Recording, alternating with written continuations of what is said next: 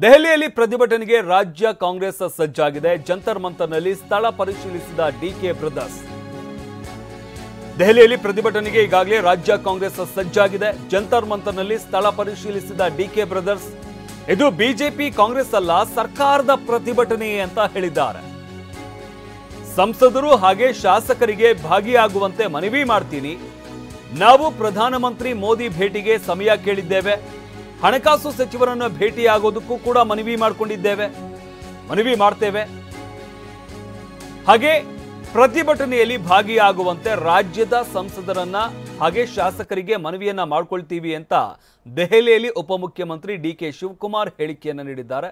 ಈಗಾಗಲೇ ದೆಹಲಿಗೆ ಭೇಟಿ ಕೊಟ್ಟಿರುವಂತಹ ಡಿಕೆ ಶಿವಕುಮಾರ್ ಅಲ್ಲಿ ಪ್ರತಿಭಟನೆ ಮಾಡುವಂತಹ ಸ್ಥಳ ನಿಗದಿಯಾಗಿದೆ ಜಂತರ್ ಮಂತರ್, ಅಲ್ಲಿ ಸ್ಥಳ ಪರಿಶೀಲನೆಯನ್ನು ನಡೆಸಿದ್ದಾರೆ.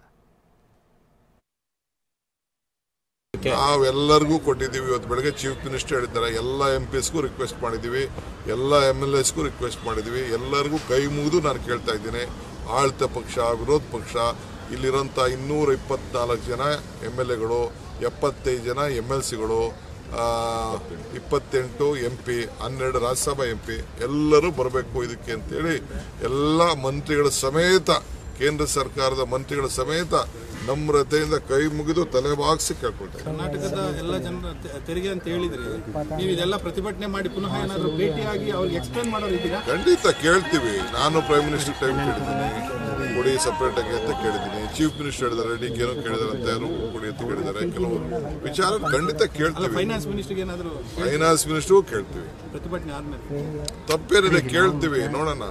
ಟೈಮ್ಸ್ ನಡೆಯೋದೋ ಮಾಡಿಯೋದೋ ಅಪಾಯಿಂಟ್ಮೆಂಟ್ ಅಲ್ಲಿ ನಾವು ಮಾಡ್ತೀವಿ. ಇನ್ನೊಮ್ಮೆ ಪ್ರಧಾನಿಗಳ ಭೇಟಿಗೆ ಏನಾದ್ರು ಸಮಯ ಕೇಳ್ತೀರಾ? ಖಂಡಿತ ಕೇಳ್ತೀವಿ.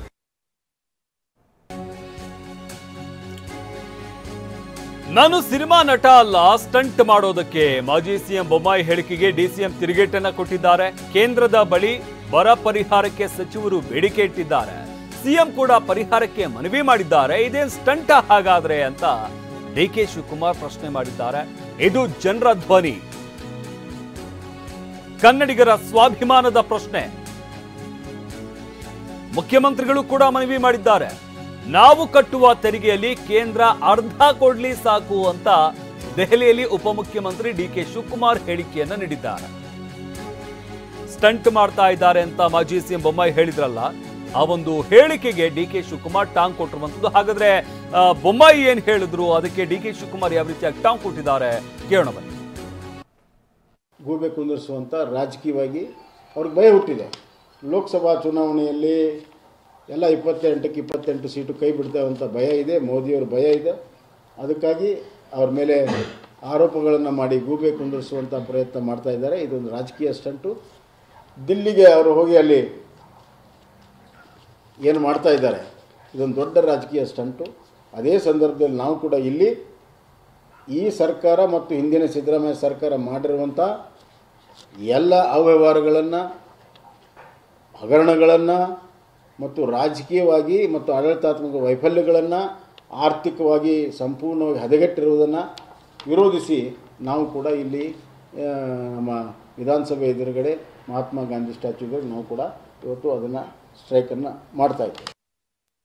ನಾವು ಚಿತ್ರ ಫಿಲಂ ಡೈರೆಕ್ಟರ್ಗಳು ಯಾರು ಇಲ್ಲ, ಫಿಲಂ ಪ್ರೊಡ್ಯೂಸರ್